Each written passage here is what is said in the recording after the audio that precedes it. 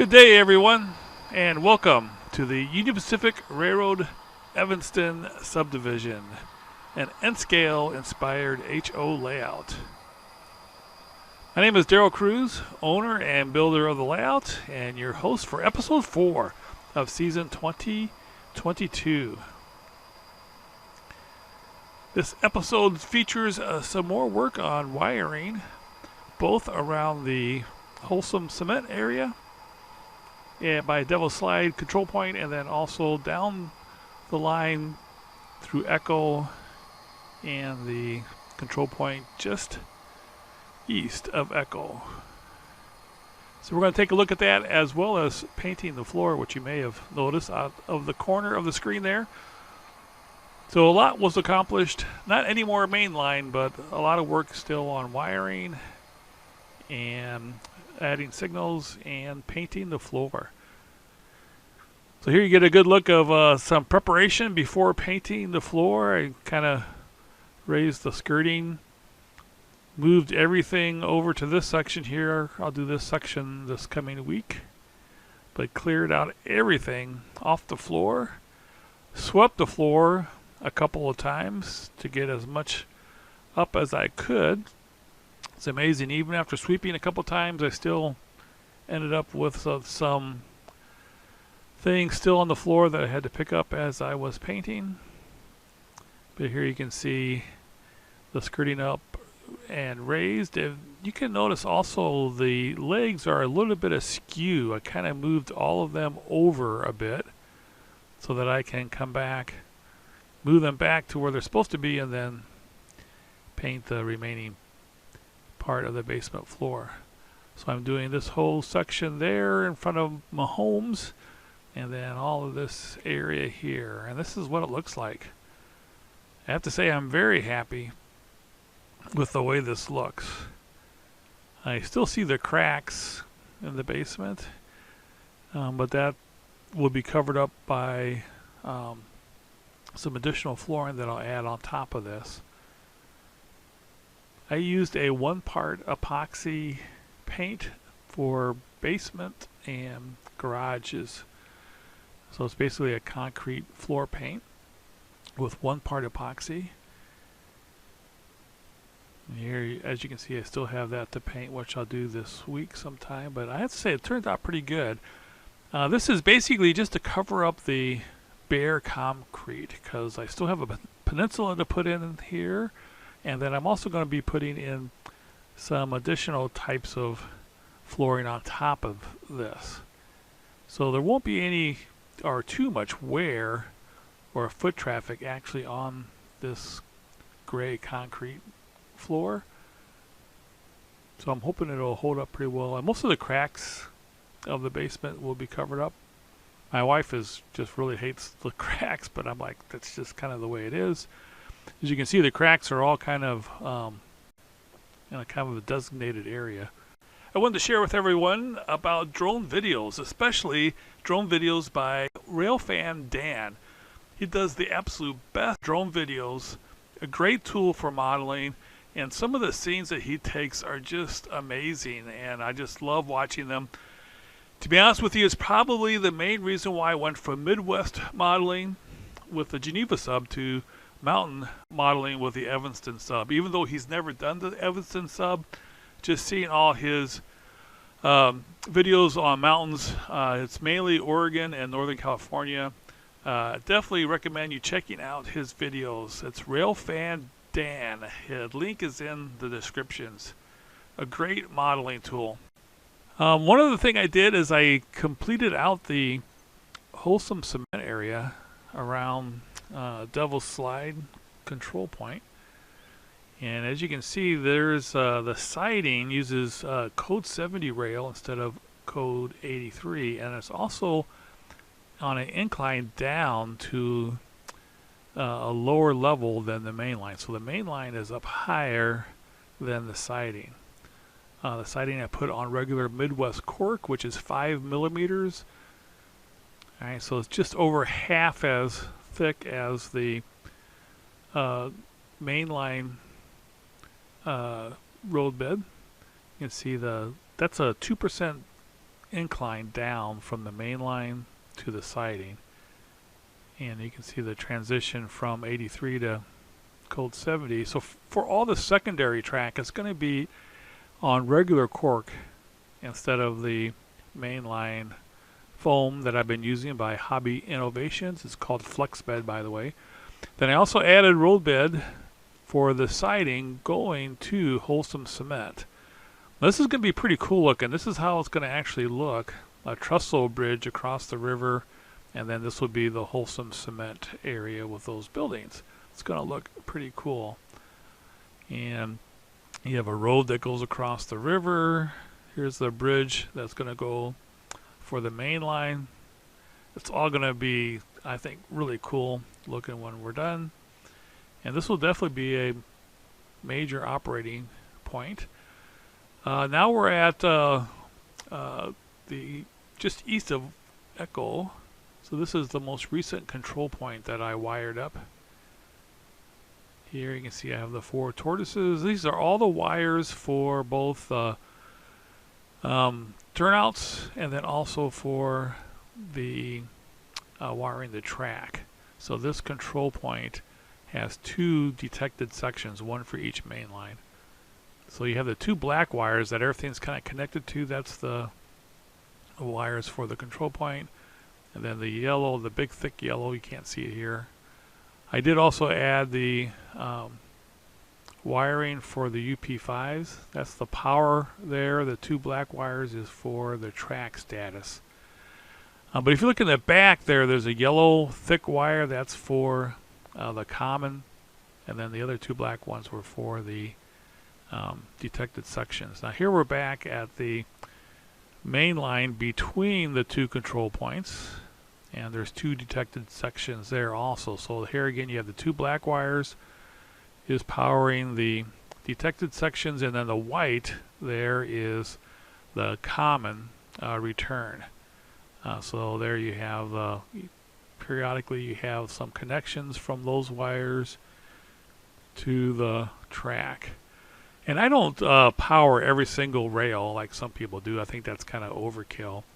I usually do every 3rd track section. So there's one section is connected, and then you have 2 that aren't, and then another one connected. And what that does is means that every single rail has no more than 1 rail joiner between the powered section and each rail. And I've had really good luck with that over the years on my N-scale layouts. Now here next week I'm also going to be putting in a Peninsula. I'm going to be adding a little bit more framing and a couple more sheets of drywall, and then the Peninsula is going to come out from that section there at an angle and then turn and come right down the middle here between the wall and the layout. And then the end of the Peninsula is going to be 9 feet wide. And that will still allow, I removed these shelves here, that will still allow a minimum of 4 feet between the wall and the layout and the Peninsula and the other part of the layout. So at least a minimum of 4 feet on each side of the Peninsula for aisleways. So I think that's going to be pretty good. So I'm going to be working on that this week. So hopefully next week for the update, we'll kind of get an idea where the Peninsula is actually going to be. I'm also going to hopefully paint the rest of the basement and maybe take a look at some types of floorings that I'm going to be putting on top. Alright, so with the Wholesome Cement siding completed, thought we would run a local train here, kind of get an idea of what the operation is going to be for the Wholesome Cement areas. I'm thinking right now that there will be 2 trains that will stop there each day. One train will be a local, which is what this is. This is a local headed up by 2 SD40Ns. These are remanufactured SD40-2s. Notice they do have the yellow sill. So I think it was around 2012 the UP upgraded all their SD, or a number of their SD40-2s into SD40-Ns. So these are good for a modern layout, and this is what I actually saw on the UP when we were in Evanston, or on the Evanston sub. It's also featured on the Wasatch Grade video. Definitely recommend that if you get a chance. So one train will be the local, and the local will bring some empty cement cars to Wholesome Cement. So here we have the train with some covered hoppers. Now these are not cement covered hoppers. I found out I really don't have enough cement covered hoppers. I only have like 5. So I'm already putting together an order at Lombard Hobbies, of course, and going to be picking up a few more Walthers cement covered hoppers. So we'll just have to pretend that these are cement covered hoppers. But anyway, the local will be taking a train eastward out of Ogden and heading towards the Wholesome Cement, which is just east of Devil's Slide. And we'll first come upon the Taggart Tunnels, then go past Devil's Slide, and then we'll come to a stop at the control point just east of Devil's Slide. So the local will stop at Wholesome Cement and will drop off and pick up cars, but I'm also going to have the local also switch the Wholesome Cement area and kind of move cars around. So there'll be 2 tracks, holding tracks at the actual plant. And so the local will not only drop off cars and pick up cars, but then it will move cars around from the siding track to the tracks actually at the plant. And by doing that, it will make it so that the next train coming in the other direction, which will just be a regular mainline train, that train will be able to stop and also drop off and pick up cement covered hoppers, and they won't be picking up the cars that this local just dropped off. It'll actually be picking up cars from the plant itself. So the local will drop off and pick up cars, but will also switch the plant and get cars ready for the next train that will be coming in the other direction. So in an operating session, there will be 2 trains during the op session that will stop at Wholesome Cement. So that should create some interesting operations activity. May have this be the very first train that always goes out. That way all the other trains have to kind of work around it. It looks like I need to adjust the handrail there. That looks pretty bad. Alright, so here has the signal, although it's a diverging signal. I didn't realize I had it set that way, so right now I am pushing the button and changing the turnout, so it's not going to be diverging, it's just going to continue straight through. So here it is now at the Wholesome Cement area, and the train will come to a stop, and it will be able to drop off, pick up cars, and then it'll be able to use the siding area, since there's a turnout on both ends of the sidings, if it needs to do a run around cars so that it can switch the actual plant. It can do so. It will probably need to stop in most of its train just west of the control point, and then just pull forward with the cars that it's going to be dropping off, which will make sure is always at the head end of the train, and then it can do whatever it needs to do. So it'd be cool to have this one be a first one, and then all the other trains that come after it are going to have to go around it. So it'll give the dispatcher some interesting challenges to keep trains moving through this area with this local working Wholesome cement.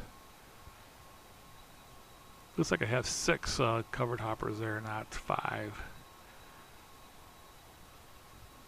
Still have to wire up the turnout there, and I ran out of code 70 track. And microengineering, I heard, is going out of business possibly, so I'm not sure if I'm going to be able to find any more code 70 microengineering track. We have to settle for Pico.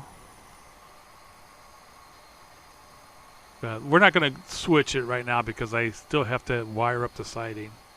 But we'll go ahead and continue on. Pretend that we did it all. And then continue eastward across the Evanston sub. How can I videotape all this without realizing that handrail was ajar like that? Oh well.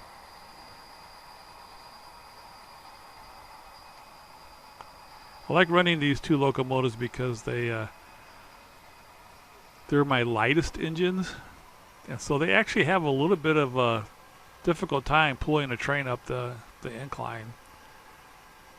I had them pulling the crude oil tank train for a while, and they really had some issues with that. I had like 34 cars on there, and those scale train tank cars are pretty heavy. Not having too much trouble with this train. There's going to be a Echo little town here. See, I'm blowing the whistle here. There will be a crossing, a road crossing here, and then a few buildings to represent Echo, Wyoming.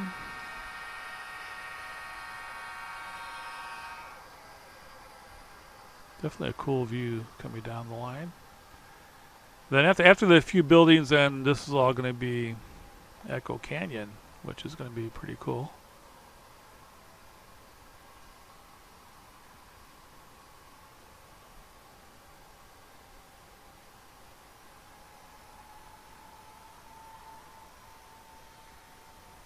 I'm really looking forward to getting the Peninsula going and seeing how that all fits in. It's going to be a challenge, not building the benchwork, but cutting the wood for all the curves that are in that little stretch there, mainly going from this control point here to the end of the peninsula and curve-o. Looks like we have a green to continue through, although we're not going to go too far past it. As you can see, I did get the signals hooked up and working. And then we're coming to the end. Well, that's where things stand right now. Thanks so much for watching. Stay tuned for more updates every Sunday. Hope you have a great week, everyone. Take care.